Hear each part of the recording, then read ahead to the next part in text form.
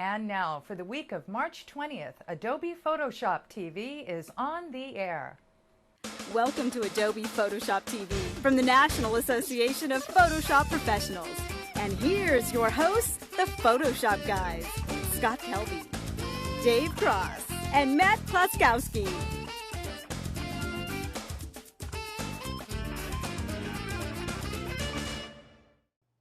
Alrighty, welcome to another gut-wrenching episode of Photoshop TV, brought to you by the National Association of Photoshop Professionals, the fine people who bring you Photoshop User Magazine.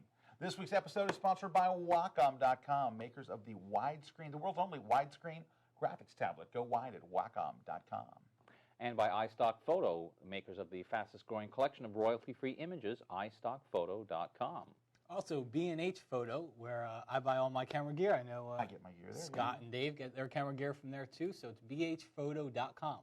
And the Epson Print Academy. They have a brand new tour going around the country. Go check it out because they're coming to a city near you, EpsonPrintAcademy.com. Well, welcome everybody. My name is Scott Kelby, and joining me in the studio, as always, representing the great country of Canada, please welcome Mr. Dave Cross. Good day again, everyone. And joining me in the studio, rocking the housekeeping. No. Yes, it's Matt Klaskowski. Never gets old, does it? Welcome back, everybody. Well, welcome. We're so glad to be here. Now, I know by now that you've already noticed that we're in some new digs. We're finally in the new digs, but I just want you to know something. Just because we have new cameras and new mics and new set and new lighting and all, I don't want you to think for one moment the show's going to be any better. It's the same stuff. It's the same bad jokes. It's the same rockin' the house key.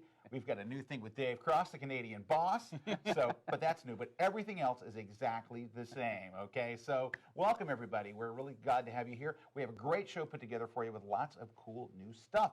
For example, Dave, what did you brought for us today? You brought some tips. I have one major tip, actually, just to show you how to take full advantage of a great thing called the Blend If sliders in advanced blending. Is it a major tip? It's a major tip. It's major. You will black out after About time we have that. a major tip. And Matt, you brought some tips? I did. I brought some tips on doing a little creative thing with the panorama. Sweet. I brought you one on using actions and a way to be able to stop your action and make your own custom adjustments. And we have a special tutorial from Bert Monroy that's kind of cool. So that's coming up all on this show. Of course, we've got the giveaways, we've got the trivia, we've got all of the same stuff, all of the wholesome goodness that we always offer. But we're going to start off. We're going to start off with our man Klaskowski here, who brought us the tip. All right, Matt, what you got? Okay, so what we're going to do is I'm going to take a look at we're going to start off with a pano, and I'm going to take a kind of a creative approach to it. And it's a tutorial I did for the NAP member website probably about 8-10 months ago. And if you're a NAP member, you get access when you subscribe to be a NAP member, you get access to a subscriber only. I can't even say it, but it's a subscriber only website. It's that cool. That's why I can't say it. So that is cool. Scott, myself, and Dave all write tutorials for that website. We update it every week. So when you log in, you can see new tutorials each week. So this is one I did there. I'm going to show you a little bit of a different ending to it, but let's take a look here. So as you can see here, this is the final image, and it's kind of just a creative approach to working with a pano. And we'll go ahead and we'll just start off with the original panorama. I'll actually put this so you can download it on the Photoshop TV website, so you can practice along at home. Yes. I know. All right, so first thing I'll do give is... give and give. I do. I'm a giving guy. Let's take a look at the layers, show that layers palette there. And I'm going to hide this because we don't want to see it anymore. All right. So first thing I want to do is grab my rectangular marquee tool, and I'm just going to create a rectangular selection over on the left side of the pano over here. Now I'm going to press Control on the PC or Command on the Mac and press J, and that's going to put that area onto its own layer here. And you can't really see it, so I'm just going to double click. It's going to open up the layer style dialog here, and let's add a drop shadow layer style. And maybe we'll just reposition the angle so it comes from the top left here, and change the distance and size a little bit. And now you can actually see when I press OK here, you can actually see that that area of the pano is on its own layer, but we still have the original panorama behind it.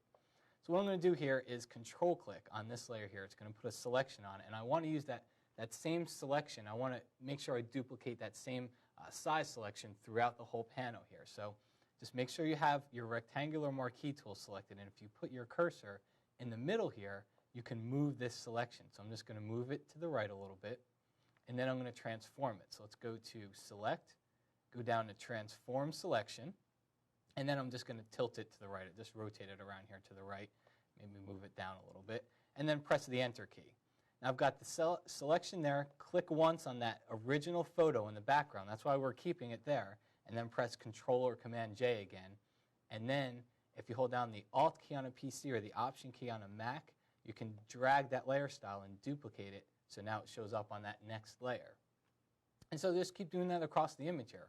Let's just Control click, put a selection, and then we will go into, make sure you have a selection tool selected here and drag it over, transform it, select Transform Selection, and then we'll kind of rotate that one to the left a little, press the Enter key. Again, select that bottommost layer here. That's why we keep it there, and press Control or Command J. That duplicates that part of the selection, and then just duplicate that layer style. So you see it going up. I moved it this time. You don't want to move the layer style. You want to duplicate it. Good, yes. So just duplicate it onto that layer there. And then we'll do it one more time here. Put the selection around it, and make sure you have that selection tool selected, and just move it over to the right side. Transform the selection. I'll rotate this one to the right a little bit.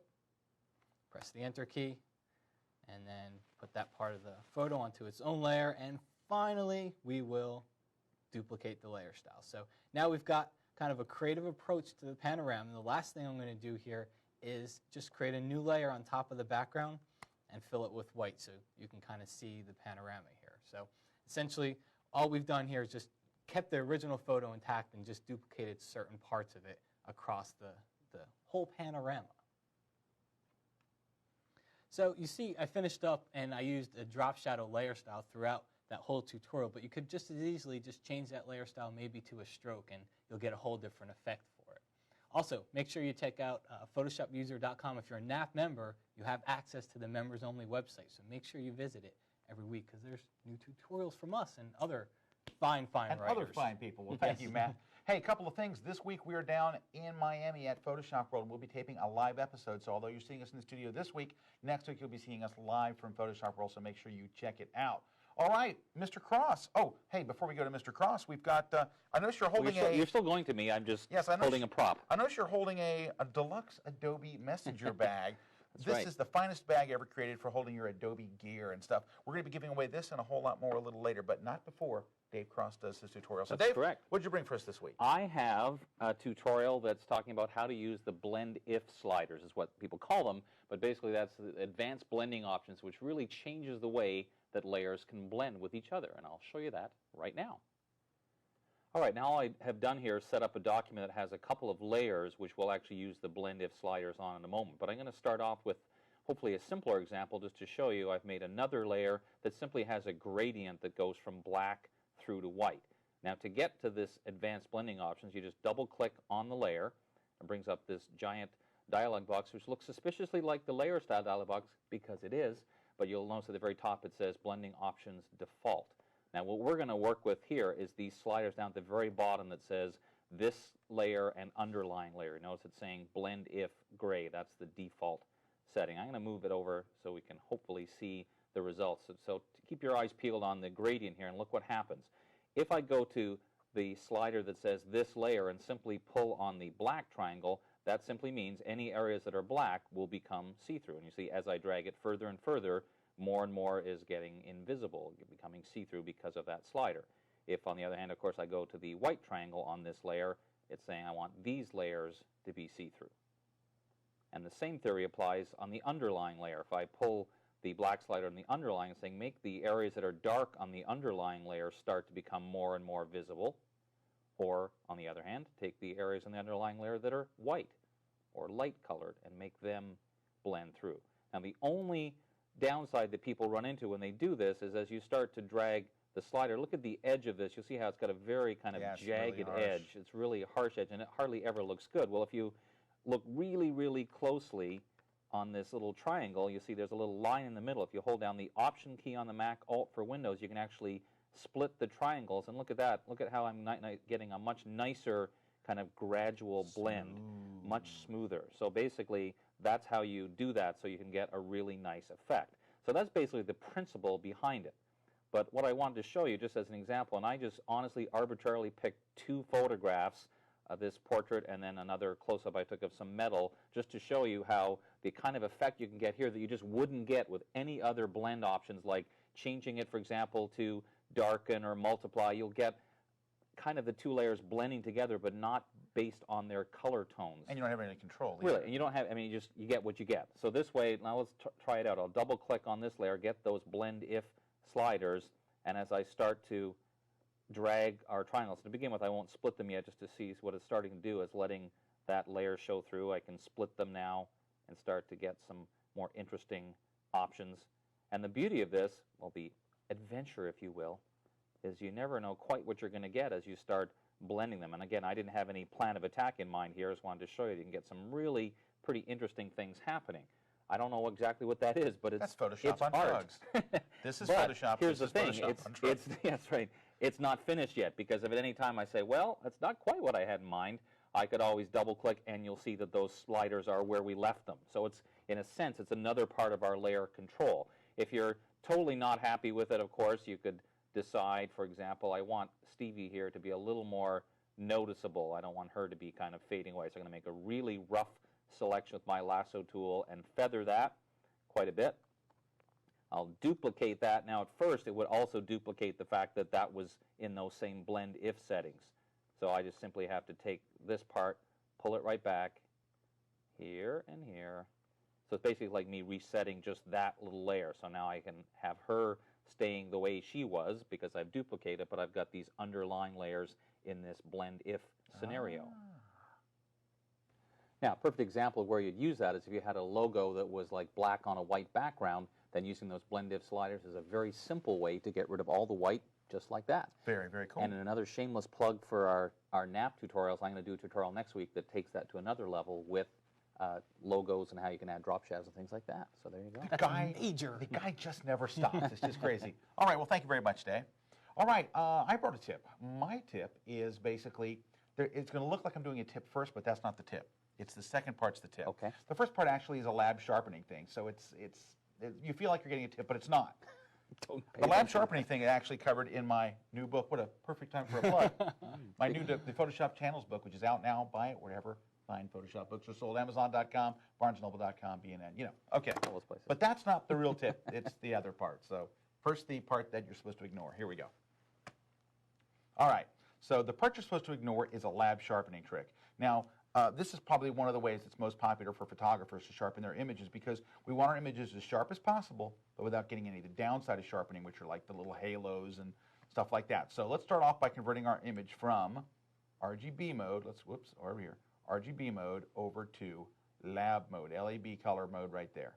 Click on that and it converts your image. You'll notice the image is no longer RGB, it is the lightness, then the color is in the A and B channels.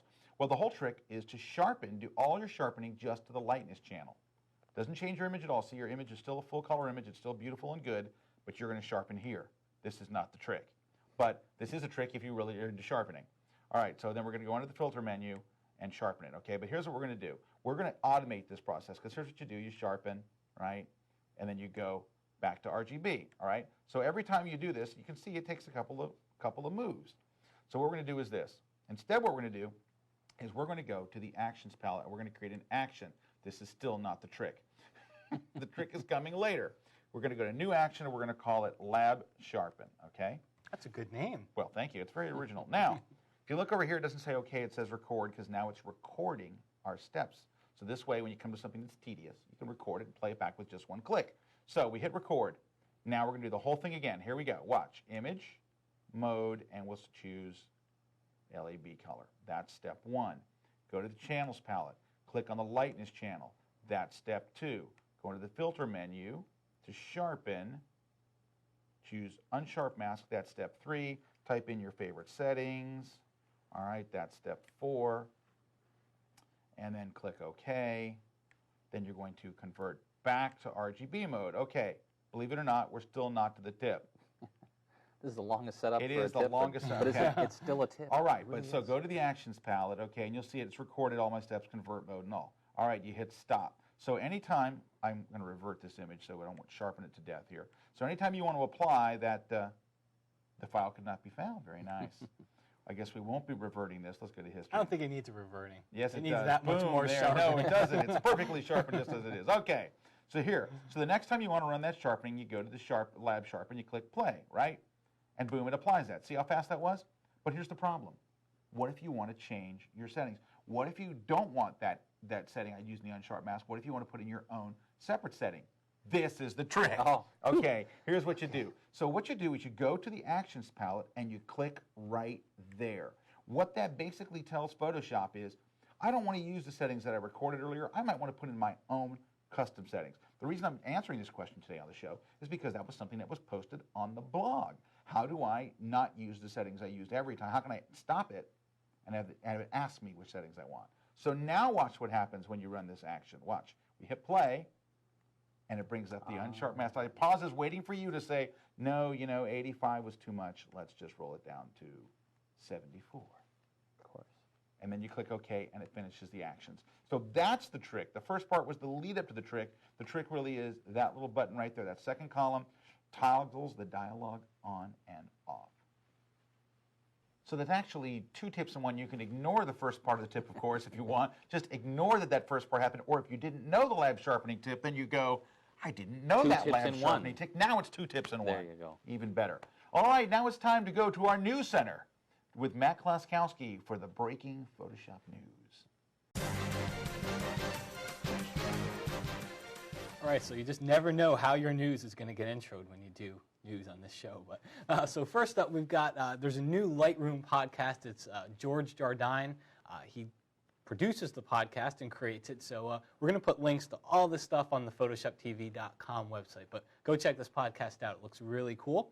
Also, there's a cool Flash Gallery script, and it's actually a script you can download for Photoshop. The folks over at Airtight Interactive have just released it, so go check it out at their website. You can download it, put it into Photoshop, and it actually creates a Flash Gallery for you. And it's got some pretty cool little stuff on it. Another Adobe news is the 2006 Adobe Design Achievement Awards have just been announced, so you can go to Adobe's website to find out more about that. And finally, the Mac Live conference is coming to New York in May, but what you want to check out is if you're a student, there's scholarships. So go check it out at maclive.com. You can get a scholarship if you're a student. Also, while you're at it, there's an early bird discount, so you can always make sure you go out there and register for the conference if you can attend. Now, that's it for the news this week, guys. Back to you. All right. Thank you very much, Matt. Also, I want to tell you about Photoshop World this week. Of course, we're at Photoshop World, but if you're in the South Florida area, anywhere down in South Florida, anywhere in Florida, or Georgia, or Alabama, or anywhere, and you want to come down, we open the Photoshop Expo floor for just one day. And you can go to photoshopworld.com and sign up to get a free pass, or you can wait till Thursday, which is the day it's open, Thursday, I believe that's the 23rd, and pay $20. So it's up to you. But all the big names are there. Adobe, Canon, Nikon, Microsoft, a whole bunch. All those big names are going to be there. Plus, there's all kinds of extra bonus sessions and stuff. So come down and see us. We'll be filming our live episode of Photoshop TV. So come down and check it out this Thursday, and that's the 23rd. So go to photoshopworld.com, get your free pass. Right. All right, contest time. Tell us about it. Yes, sir. Well, first of all, we want to recognize and give the answer for last week's contest. Yes, the question last week was, where do you find the option called Optimize to File Size? And the answer was in the Save for Web dialog box. Now, Matt, I believe you have the name of the person that has actually won this week's contest. He does. I do have the name. Her name is Kathleen Buckley from Boston, Massachusetts. So congratulations to Kathleen. Matt, you're back from the news I am desk. back. Wow, that was fast. I know. I'm quick. All righty, and we're going to take a commercial break, and we'll be back with this week's trivia question. So stick around. We'll be right back right here on Adobe Photoshop TV. Are you a creative professional? If you are, you can't afford to miss a single issue of Layers magazine, the how-to magazine for everything Adobe. Layers gives you amazing tutorials, tips, and tricks that help you master Photoshop, InDesign, Flash, and the entire creative suite. We also give you enough creative inspiration to turn your next project into a masterpiece. Available on newsstands nationwide, and visit us online at layersmagazine.com. Save over 50% off the cover price when you subscribe online.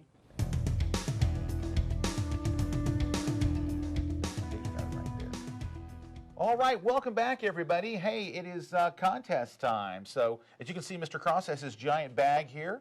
And what's in the bag this week, Dave? In the bag, not only the bag itself, the wonderful messenger bag that we've given away before, but this time we have, oh look, the Photoshop channel. What's that doing in there? This is and I'm crazy. Sure within sheer moments it'll be an autographed copy. And also we have in there a pass. It's too late for Photoshop World because it's on right now, but this is a pass for Mac Live in New York coming up in May. Absolutely. So one lucky person will win this wonderful package this week. And this week's question, we're going to show you a dialog box. It's a two-part question. You have to say, A, what dialog box is this? And B, what is missing from this dialog box? Sweet. Hey, there's one more thing that goes in this bag. I have it buried here, by the way. A subscription, a one-year subscription to Layers magazine, a how-to magazine. Awesome. For everything Adobe. It's the Adobe magazine kind of thing. All right, Matt, so how do they enter this week's contest? They don't. We're not going to let them enter the contest. We're keeping the bag ourselves. No, essentially what they want to do is go to photoshoptv.com, and along the right-hand side of the screen, you're going to see that there's a link. It's called Enter Contest. So click on that link. You can send your contest answer in that way. And what you want to do is make sure you enter before March 24th at 12 p.m. Eastern, because that's when we're going to be picking the winner. So if you send your email after that, we're not going to get it. So, absolutely. All right. Well, fantastic. Now it's time for, we have a special guest tutorial, right? Last week we were lucky enough to have Bert Monroy stop by. If you're not familiar with Bert's work, Bert is probably the greatest living Photoshop illustrator, I would say. He's very, very world-famous guy, an incredible trainer, great, great guy, Photoshop Hall of Famer. We can't say enough about him because, well, he pays us. No. We love Bert. He Bert owns is the awesome. show. No, but Bert was our guest, and we have him on with a special, and we take you back to the graphics department to check out to Bert's tutorial. I'm saying this as badly as I possibly can. You know, a lot of shows would stop and fix that, but not us. Do we stop and fix it? No. I'm keeping our promise. Same bad show. Here's Bert.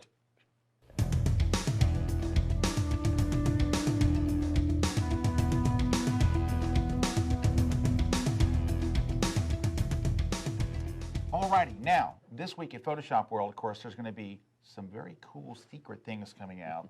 So you will hear about them, of course, maybe by the time you're watching this show, but maybe not. Maybe it'll be a little later. But either way, cool secret stuff is happening, and you'll hear about it soon. I want to give you a heads up on something that you may not know about, or you don't know. Part of it you know, part of it you don't know. It's like my tip. It's half a tip, it's not a tip. Here's the deal. Besides this stuff that we do, we also do this other thing, and it is for Photoshop Elements users. Now, I know we have a lot of Elements users that watch the show, but you may not know about this newsletter, but I'm not really telling you about this newsletter, I'm telling you about something else. But we have a newsletter called the Photoshop Elements Techniques newsletter. And it is a newsletter that comes out like 8 times a year, and it's got all kinds of stuff on how to use Elements. So it's kind of like Photoshop User Magazine, but for Elements users, okay? Now, Matt writes for the magazine, Dave writes for the magazine, I've written for the magazine. It's very righty. Okay, now, that's what I want to tell you about. The secret thing is, there's a new magazine coming out for Adobe Illustrator users. So we're starting up a whole other thing. And with Elements, it's just much more. This is just where the training starts, is the newsletter. It continues on the website with all kinds of video tutorials and training from Matt, from Dave, and a whole bunch of our friends. We're doing the same thing now for Adobe Illustrator. So it's going to be launching in just a few weeks. I'm kind of giving you guys a little pre-launch warning. We'll give you the website when it's up and running here, but they're already in production on the magazine. Coming soon. People have been asking for that for years. They have been. So the Illustrator one's on the way. Wouldn't it be cool if there was one for InDesign like that too? Wouldn't that be cool? But anyway, so we are really working on covering the entire Creative Suite for you guys. So that's a little heads up. Now, it's time, at the end of every show, we like to give you a project to do between this week's show and next week's show. And each of us always have a project. And we're going to start off with the illustrious Dave Cross, the Canadian boss. Thank you. Well, my project is a very, I don't know where that came from. Actually, I knew where it came from. Someone on the blog that one said in. that. There's somebody watching right now. Makes me want to like burst into Bruce Springsteen or something. But my project is not to sing Bruce Springsteen songs. It's to go to photoshopseminars.com. My friends in Canada, in a couple of weeks, I'll be up there in Toronto, Ottawa, and Vancouver doing our one-day Photoshop CS Power Tour. So I'd encourage you to check out photoshopseminars.com and sign up to visit me and with me in Canada. The native son comes home. He's finally going to Canada. The homeland. And it will be a national holiday, of course, the days that Dave returns to Canada and does his seminars. Hey, I want to tell you about a new event. Well, it's not a new event. It's been around a couple of years. I did it last year, and it is a very, very unique event. It's called Photoshop Soup to Nuts. It's up in Ann Arbor, Michigan, and it is this little gathering of the coolest Photoshop people in the world. And I don't mean just the trainers, I mean the people that come to it. It's a very, very cool thing. But I know this year they have Ben Wilmore, Jeff Chiwi will be there, I'll be there, a bunch of great photographers and Photoshop experts, and of course, the man who wrote Photoshop, Thomas Knoll, will be there. It's a very, very special event. Go check it out at Photoshop Soup 2, the number 2, nuts.com, or of course look at the link on our website. And Matthew, you've got a thing, a project or so. I've got a thing and a project. So my thingy project is a lot of people, if you go to the PhotoshopTV.com website, you see that you can add comments and kind of participate in a little blog that goes back and forth with comments that what people want to know. Well, a lot of people ask about the Creative Suite. So if you go to layersmagazine.com, there's actually a lot of new tutorials there on using not only Photoshop, but you've got InDesign, you've also got Illustrator and Go Live. So a lot of new tutorials on there. Layersmagazine.com. Well, fantastic, Matthew. All your Creative Suite All needs. your Creative Suite needs. We got you covered here. Well, guys, that's it for this episode of Adobe Photoshop TV. We'll be back next week from the Photoshop World Live. We'll be doing our show live there. So if you're at Photoshop World, I hope you'll come and say hi to myself and Dave and Matt. We'll be teaching there. We'll be doing Photoshop TV there. And then the week after that, we'll be back here in our new digs doing more cool Photoshop stuff. Well, thanks so much for watching. I want to thank all of our sponsors, B&H Photo, Wacom, iStockPhoto.com, the fastest really, and the Epson Print Academy. Please go check them out. Thank them so much for their sponsorship. And we thank you guys for watching Adobe Photoshop TV on behalf of myself and Dave Cross. Good day. And Matt Kloskowski. See you next week. Who you know darn well has been rocking the boat here on Adobe Photoshop TV. We'll see you guys next week. Thanks for watching.